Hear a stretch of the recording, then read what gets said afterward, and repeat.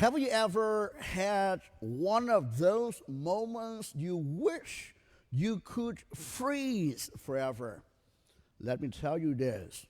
I remember once being at my friend's family wedding where everything was perfect. The weather was nice, the food was amazing, and especially nobody there argues about politics. It was cool, isn't it? Yeah. It was so beautiful that one of the groom's uncles stepped up to the stage and said, "We should just live here." Someone called a realtor. And about 10 minutes later, he tripped over a speaker cord and knocked over the cake.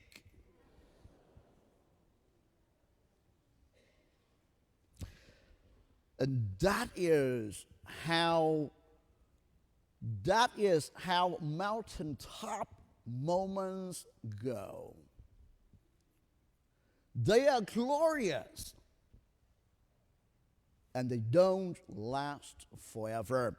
In today's gospel, Jesus takes Peter, James, and John up a high mountain, and there he is transfigured before them. His face shines like the sun. His clothes become dazzling white. Moses and Elijah appear. The glory of God bursts through his humanity. Peter, bless his heart, does what we all do, and he says, "Oh Lord, it is great, it is good that we are here, and if you wish, I will build 3 tents." In other words, Lord, I love this wonderful moment. Let us stay. Let us do something. Let us build something. Let us freeze this wonderful moment. I don't want to lose it. I don't want to go down the mountain with you to Jerusalem. I really don't want it.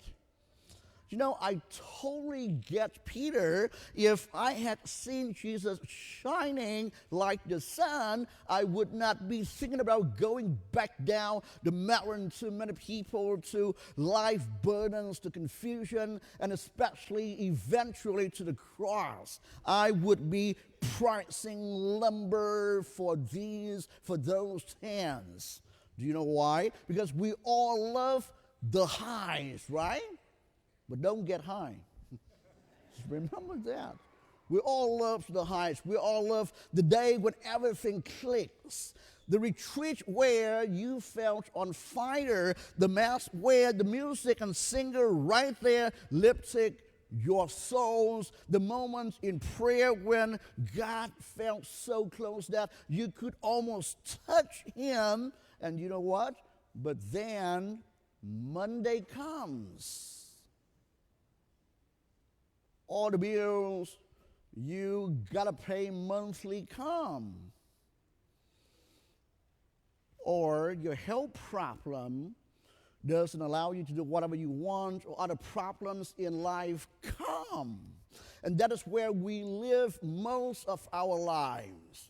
Not on Mount Tabor, but somewhere between laundry for every day and dead lies. You know, we all know it is like to want to hold on to spiritual vows. We know what it's like to say, "Lord, that is good. It is good that we're here." We all know what it's like to wish faith always meant easy and joyful. And that is why today's gospel matters.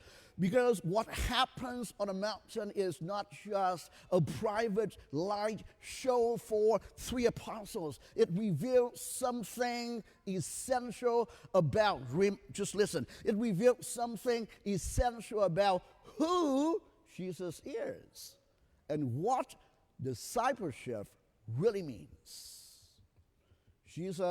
When Jesus is transfigured, his divine glory shines through. And for the moment, the veil is pushed back, and the disciples right there see that this carpenter, this Jesus from Nazareth, is not just a teacher or prophet. He is the beloved Son of God. The Father's voice thunders through the clouds.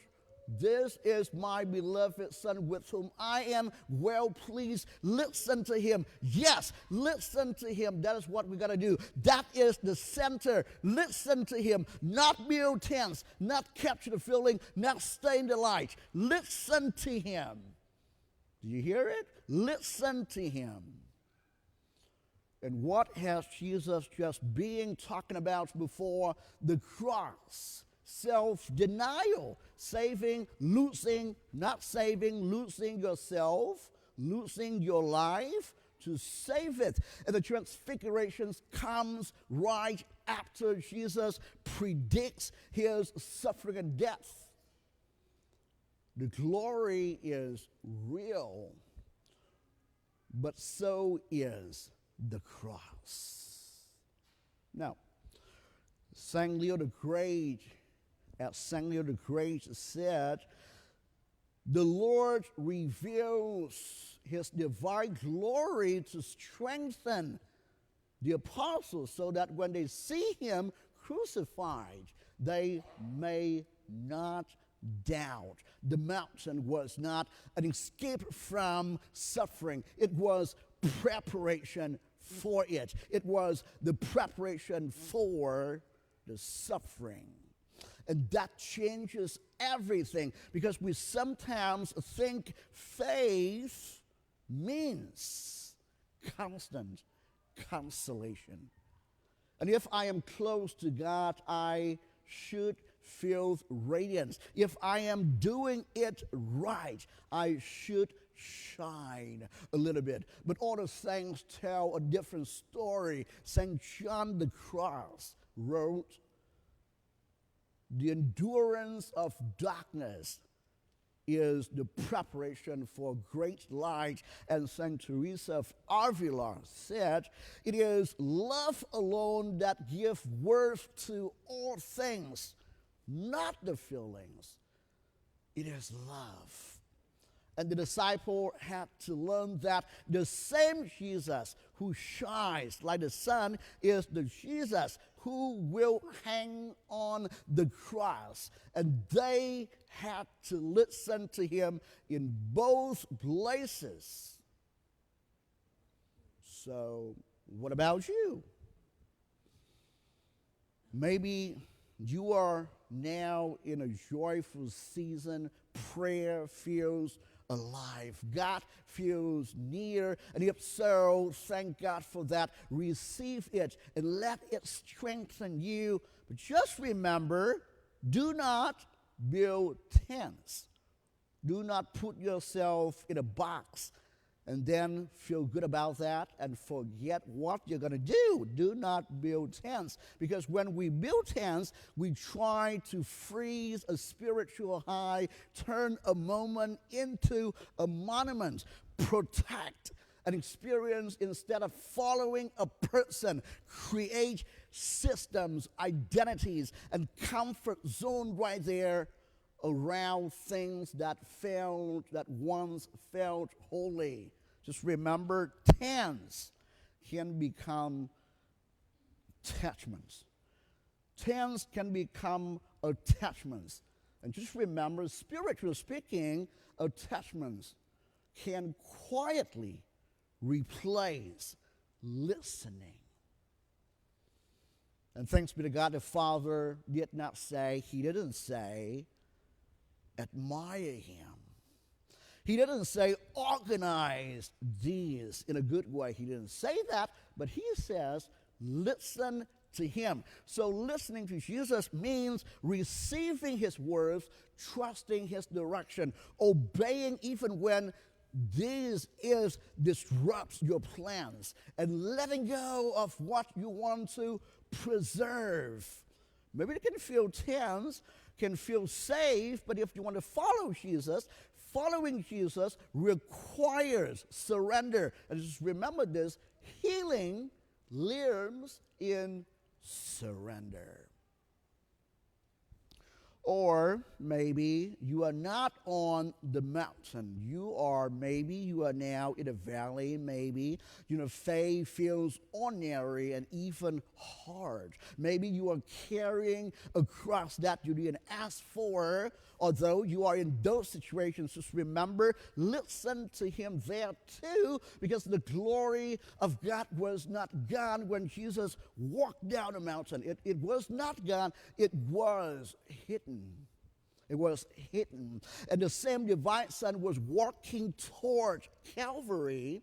And just remember this, the Christian life is not about chasing or following spiritual fireworks. It is about trusting the beloved Son. It is about listening to him, not only on the mountain, but also in the valley.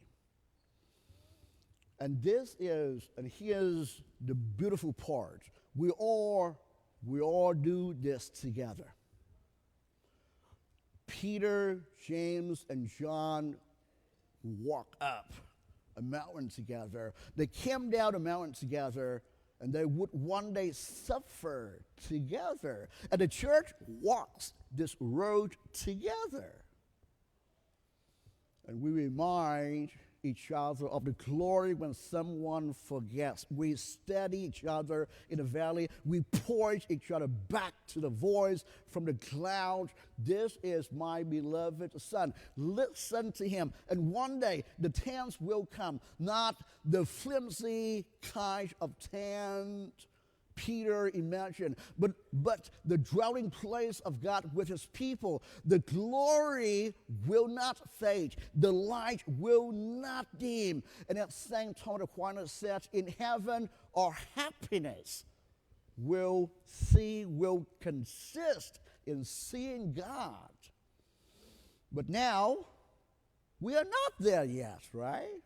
We are not there yet. So for now, we climb mountains, we walk valleys, and especially we listen. We listen to him. So when you have those shining moments, thank God for them. Thank God for them.